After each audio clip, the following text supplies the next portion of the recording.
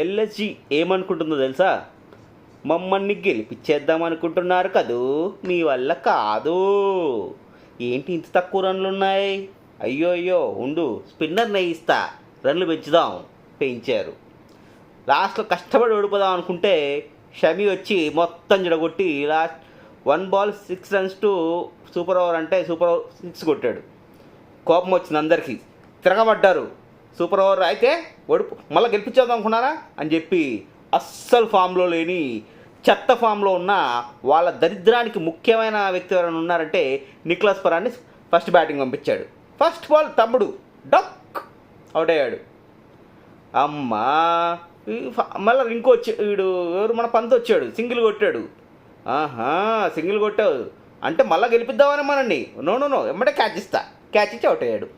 ఈ మ్యాచ్ అంతా ఎల్ఎస్జి ఎలా ఓడిపోవాలని ప్రయత్నించి కష్టపడి ఓడిపోయింది.